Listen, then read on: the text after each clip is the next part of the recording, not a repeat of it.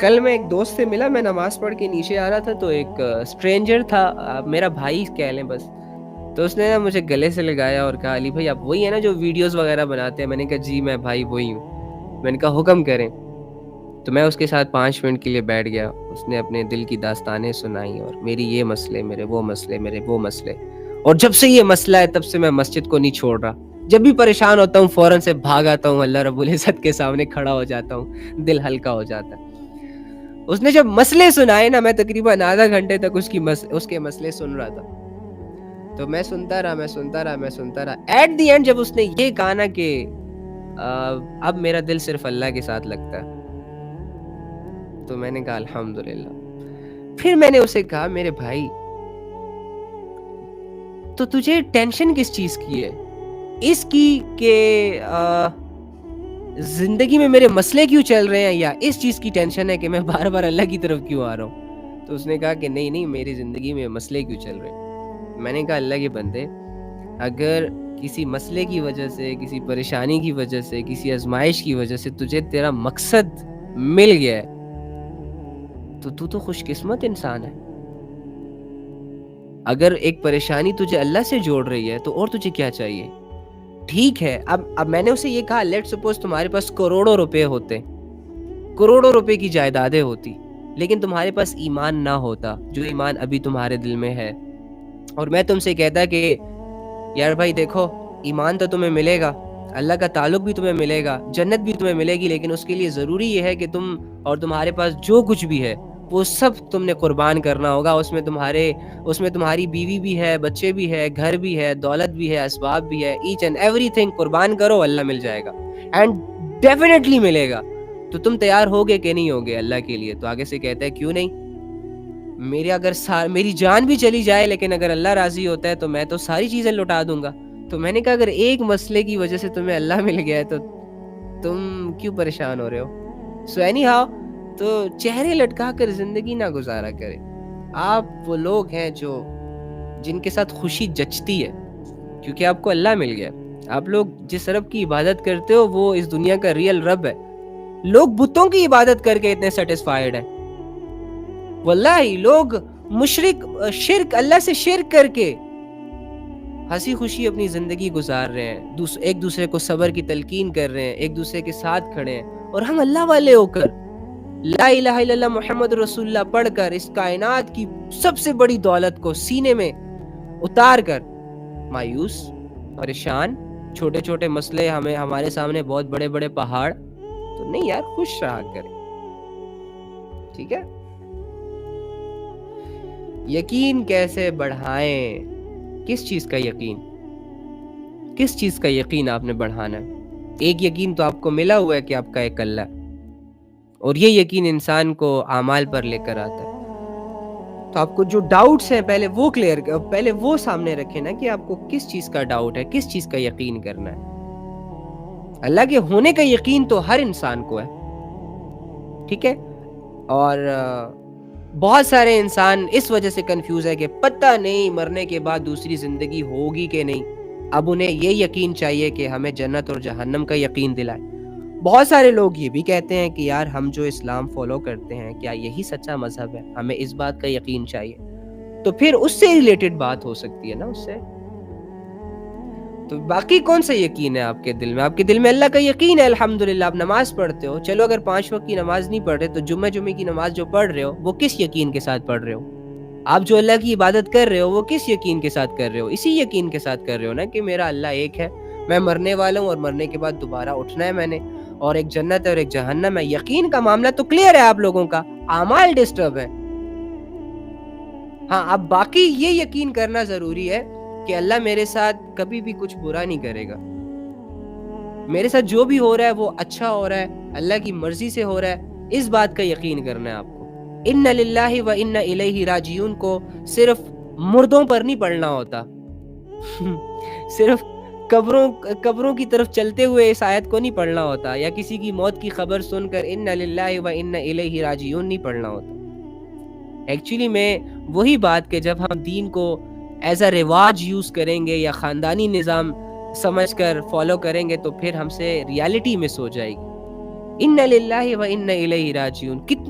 کتنی بڑی بات کر رہے ہیں ہم, کتنا بڑا دلاسا دے رہے ہیں ہم خود کو, کتنا بڑا یقین ہے جس کی ہم گواہی دے رہے ہیں کہ ان للہ, بے شک ہم اللہ کے ہیں, بغیر کسی شک و شبہات کے ہم اسی کی طرف سے آئے ہیں.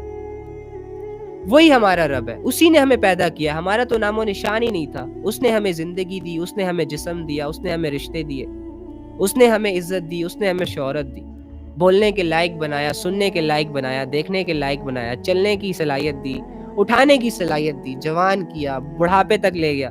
تو ان للہ و انا الیہ راجعون, بے شک ہم اللہ کے ہیں, ہمارا کریٹر ہے, ہمارا مالک ہے. مالک جیسے چاہے غلاموں کو رکھ سکتا ہے, غلام آگے سے نہیں کہہ سکتا مالک پرابلم ہو رہی ہے, ورنہ یہ غلام ناشکر ہے. کیونکہ ہمارا مالک معاذ اللہ ظالم نہیں ہے. اس نے اپنے بارے میں یہ کہا ہے کہ میں رؤوف ہوں, میں رحیم ہوں, میں حنان ہوں, محبت کرنے والا ہوں, اور محبت کو جتلانے والا نہیں ہوں, میں دینے والا ہوں, کریم ہوں. تمہاری ضرورت بہت تھوڑی ہے لیکن میں تمہیں ضرورت سے بھی زیادہ دیتا ہوں, اور بدلے میں تم سے کچھ لیتا بھی نہیں ہوں, سمجھ بھی ہوں. تو اللہ رب العزت نے ہمیں اپنی کوالٹیز بتائیں, اپنی صفات ہمارے سامنے رکھی, ٹھیک ہے, اور ہم اسی, تو ان للہ و انا الیہ راجعون, ہم اس اللہ کے. آپ کے نام, آپ کی شہرت, آپ کی عزت یا چھوڑو, 1 سے لے کر 100 تک جو بھی آپ کے پاس چیزیں ہیں ان کو سامنے رکھو, اور کسی سے کہو کہ مجھ سے سوال کرے کہ یہ ساری چیزیں مجھے کس نے دی ہیں, تو آپ کا یقین ہو یا نہ ہو, آپ نے یہ کہنا ہے کہ یہ ساری چیزیں مجھے میرے اللہ نے دی ہے. اتنا کریم رب کہ تم اس کی نافرمانی کر رہے ہو پھر بھی اس نے تمہیں گاڑی دی ہے. تم نے اس کی عبادت ہی نہیں کی اور اس کے باوجود اس نے تمہیں یاد رکھا ہوا ہے. تم ہمیشہ اس کی نافرمانی کرتے ہو اور وہ ہمیشہ تمہارے گناہوں کو معاف کرتا ہے. واو, ایسا مالک تو ہر بندہ ڈیزرو کرتا ہے. جی جی, انا للہ و انا الیہ راجعون, میرا وہی اللہ ہے, ہم اسی کی طرف سے آئے. وَإِنَّ إِلَيْهِ رَاجِعُونَ, اب یہ مان لیا نا تم نے کہ تم اسی کے ہو, تو کہ فائن, پھر اس کی طرف جانے کی تیاری بھی کرو. وَإِنَّ إِلَيْهِ رَاجِعُونَ, اور بے شک ہم اسی کی طرف لوٹ کر جانے والے. تو کیسے جانے والے ہیں؟ ایک غلام جب اپنے مالک سے ملتا ہے تو کیا اس کی یہ خواہش اور اس کی یہ کوشش نہیں ہوتی کہ وہ تھوڑا سا اپنے آپ کو پراپر طریقے سے مینٹین کرے, تھوڑا سا سجائے, اپنے بالوں کو ٹھیک کرے, اپنے کپڑوں کو صاف کرے؟ ہوتی ہے نا. تو ہم اپنے رب کے پاس جانے والے. اللہ نے ہم سے کہا ہے کہ گناہ مت کرنا ورنہ تمہارے ضمیر پر داغ لگ جائیں گے, تمہارے دل پر سیاہ نقطے لگ جائیں گے. انہ علیم بذات الصدور, لوگوں کو تمہارا ظاہر نظر آتا ہے لیکن میں تو تمہارے دل کے بھیدوں کو جانتا ہوں. میری نظر تو تمہارے دل پر ہے, تمہاری روح پر ہے, تمہاری سوچ پر ہے. تو جن چیزوں پر میری نظر ہے ان کو گندا نہیں کرنا. مالک ہے, آرڈر دے رہا ہے, as a Ghulam, as a بندہ, ایز اے لینے والا, ایز اے محتاج, مجھ پر یہ فرض ہے کہ میں اپنے مالک کی بات مانوں, کیونکہ میں نے اس کی طرف لوٹ کر جانا ہے.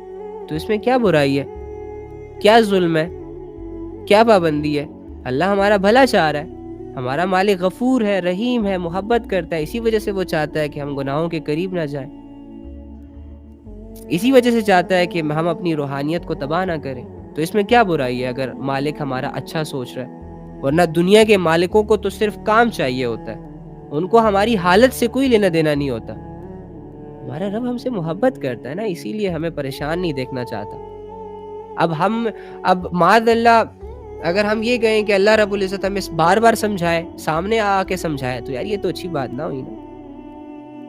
اللہ ہے, وہ مالک ہے ستاروں, سیاروں اور سارے جہانوں کا. تو اینی ہاؤ وہ مالک ہے, وہ بہتر جاننے والا ہے کہ آپ لوگ کیسے رہو گے. تو اسی وجہ سے وہ چاہتا ہے کہ آپ کی روحانیت تباہ نہ ہو. تبھی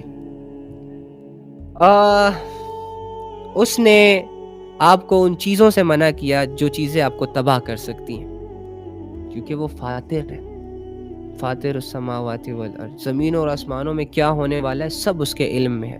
تم کل کیا کرنے والے ہو, کیا ہونے والا ہے تمہارے ساتھ, وہ اس کو پتہ ہے. اسی وجہ سے اللہ یہ جانتا ہے کہ اگر ایک انسان گناہ کرے گا تو لذت تو اسے ملے گی, لیکن 2 دن گزرنے کے بعد یہ سر پکڑ کے بیٹھ جائے گا کہ یہ میں نے کیا کیا. اسی لیے اللہ نے کہا کہ کرو ہی نہ, ٹینشن پالنے کی ضرورت ہی نہیں ہے.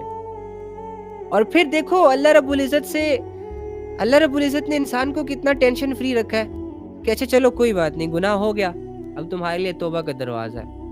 اب گناہ کر لیا, لذت مل گئی, 2 دن بعد تمہیں پچھتاوا ہو رہا ہے, تم پریشان ہو, تمہارا چہرہ لٹک گیا ہے, تم مایوس ہو گئے, تمہارے قدموں میں سستی آ چکی, تمہارا مزاج چینج ہو چکا, تمہارے ساتھ تمہارا کسی سے بات کرنے کا دل نہیں کر رہا, تمہارا کسی چیز میں من نہیں لگ رہا, تم کچھ چیز لرن نہیں کر پا رہے, تو یہ تو چلتی پھرتی لاشوں کا کام ہوتا ہے. تو اللہ نے تمہاری حالت کو پھر سے ٹھیک کرنے کے لیے توبہ کا دروازہ اوپن کر دیا, سولوشن بتا دیا کہ اگر ایسی سچویشن ہو تو توبہ کر لینا, میں معاف کروں گا. اوئے ہوئے ہوئے, گارنٹی بھی دے دی, بتا بھی دیا کہ توبہ کرو گے تو اس کا یہ نہیں ہوگا کہ تمہاری توبہ جو ہے وہ 10 دنوں کے بعد اللہ کے پاس پہنچے گی, اس کے بعد اللہ سوچیں گے کہ اس کا گناہ جو ہے وہ کتنے لیول کا ہے, اچھا یہ والا لیول کا جو گناہ ہے نا اس نے تو 10 دنوں بعد معاف ہونا ہے, اس بندے کو 20 دن اسی سچویشن میں رہنے دو, 20 دن کے بعد اس کی توبہ قبول کر لینا. نو وے. یہاں آپ نے کہا اے اللہ میں تباہ ہو چکا ہوں, برباد ہو چکا ہوں, مجھے معاف کر دے, غافل ہو چکا ہوں, فوراً سے فیصلے ہو گئے, فوراً سے تمہیں ریلائبل کر دیا گیا, سیٹسفائیڈ کر دیا گیا. تمہارے گناہوں کا وہ بوجھ جو تم نے اپنے ہاتھوں سے چند لذتوں کے لیے, چند ٹکوں کے لیے اور چند خواہشوں کے لیے, چند محبتوں کی باتوں میں آ کر اپنے کندھے پر رکھا, اس بوجھ کو فوراً سے ہٹا دیا گیا. اللہ غفور الرحیم, اللہ محبت کرتا. اب کوئی پاگل اور نادان اور بے وقوف اور جاہل اور شیطان پرستی میں انوالو رہنے والا شخص یہ فیصلہ کرے گا کہ اتنے غفور, اتنے رحیم, اتنے کریم اور اتنے قریب رب کو خود سے دور کر دے اور اپنے دشمن نفس سے اور اپنے دشمن ہوس سے اور شیطان سے ہاتھ ملا کر 2 کوڑی کی زندگی گزار کر مر جائے. Choice is yours. But Allah best option ہے, بلکہ وہی ایک آپشن ہے, دوسرا آپشن نہیں ہے. دوسرا جو ہے نا وہ تباہی ہے, شیطان.